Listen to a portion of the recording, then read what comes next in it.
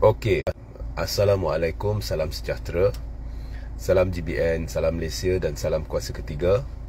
So, seperti biasa, jika audio jelas, boleh tolong maklumkan kepada saya tunggu komennya. Share ramai-ramai. Shadow Band ni, dia makin rancak ya.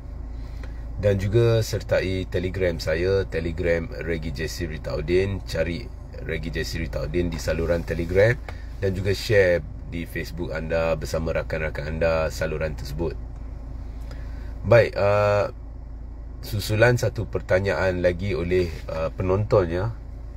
Jadi saya ingin ulas sikit bahawa di dalam pentadbiran yang ada sekarang ini, iaitu pentadbiran Pakatan Harapan Barisan Nasional, gandingan ya, PH dengan BN, makin tidak jelas peranan UMNO. Now, kebelakangan ini anda lihat UMNO ni dia sudah bersifat atau bersikap pembangkang dalam kerajaan. Kita ambil contoh kes stalking berkalimah Allah.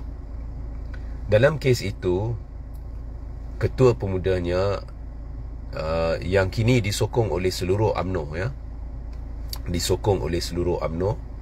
telah lantang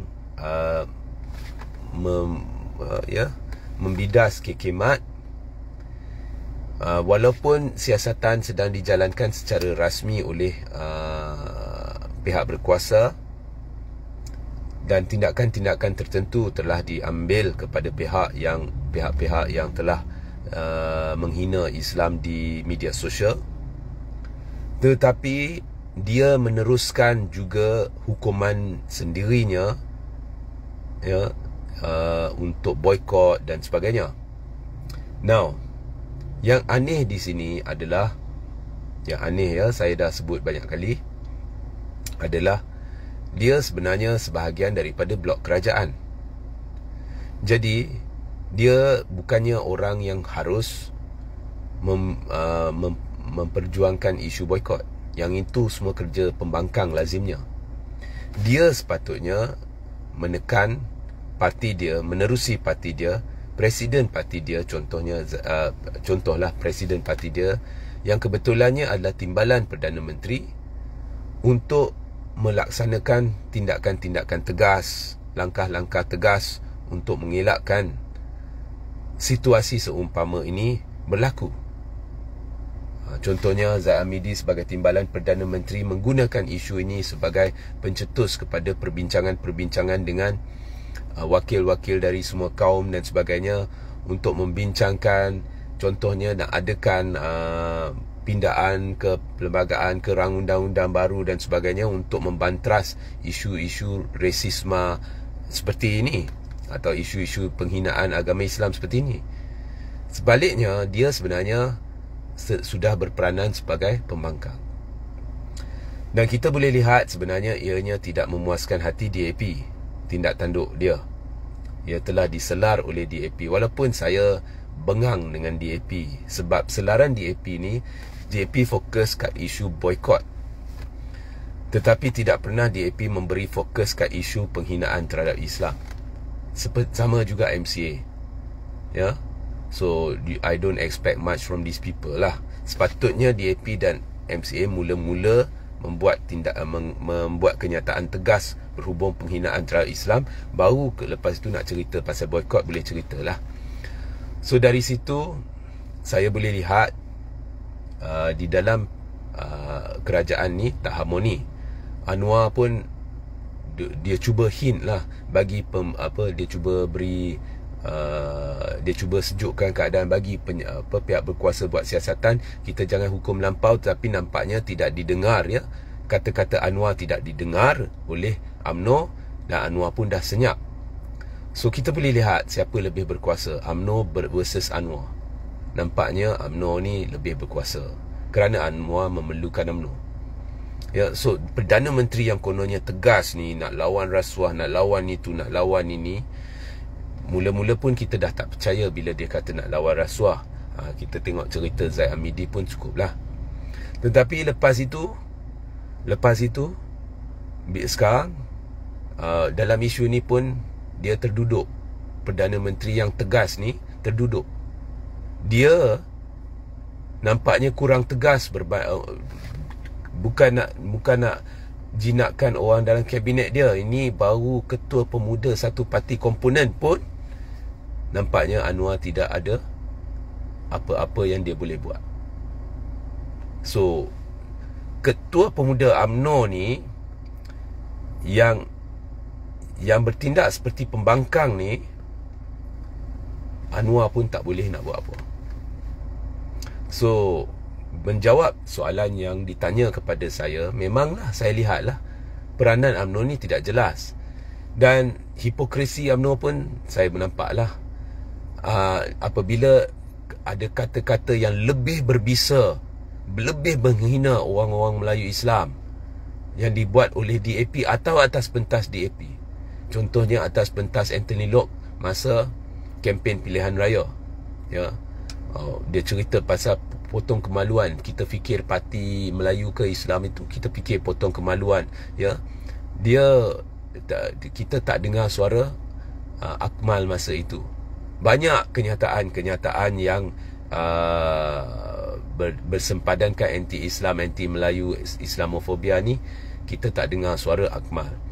Tiba-tiba dalam isu ni kita dengar suara Akmal, itu pun dah berperanan sebagai pembangkang. Bukannya sebaliknya menggunakan peluang dia duduk ada dalam blok kerajaan untuk mengambil langkah-langkah konkret untuk melaksanakan pindaan ke tindakan-tindakan tertentu, ke menerusi Zaid Hamidi supaya perkara-perkara begini boleh dielakkan.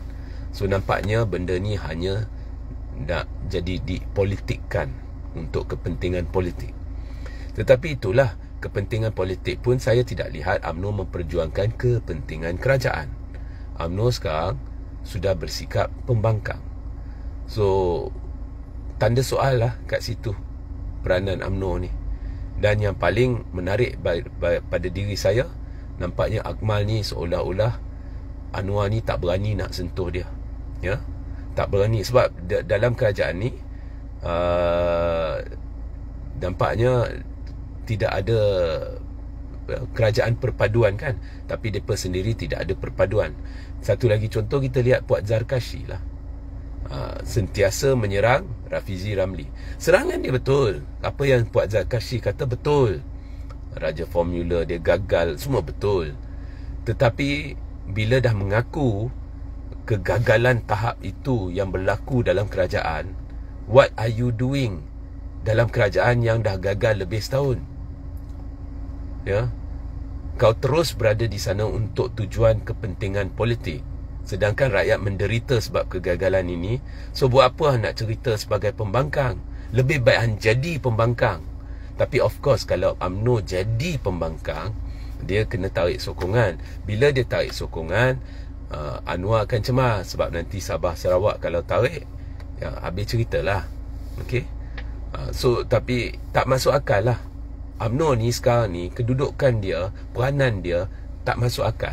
Dia main pilih apa isu berkenaan Melayu Islam dia nak perjuangkan. Kadang-kadang dia bersifat rakan karib kerajaan, kadang-kadang dia bersifat membangkang kerajaan. Bila dia bangkang, dia jadi hipokrit kerana dia terus bersama kerajaan.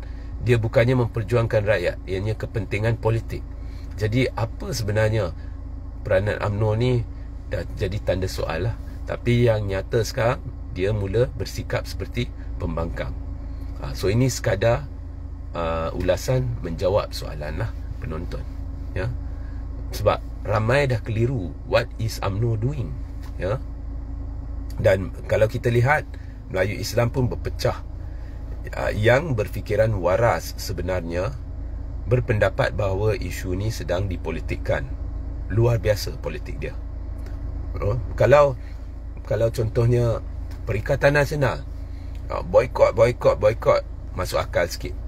Kalau UMNO boykot, orang tanya, you are in the government, banyak yang kau boleh buat untuk elak benda ni daripada terjadi, tapi kau tak buat apa-apa. Kau cuma membuat retorika seperti pembangkang, boykot, ianya hanya dilihat sebagai perjuangan politik untuk meraih sokongan. Itu je. Ya, pihak berkuasa sedang jalankan tugas dia. Ya. So, itulah pemerhatian saya, ya.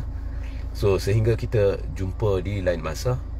Assalamualaikum, salam sejahtera, salam GBN, salam Malaysia dan salam kuasa ketiga.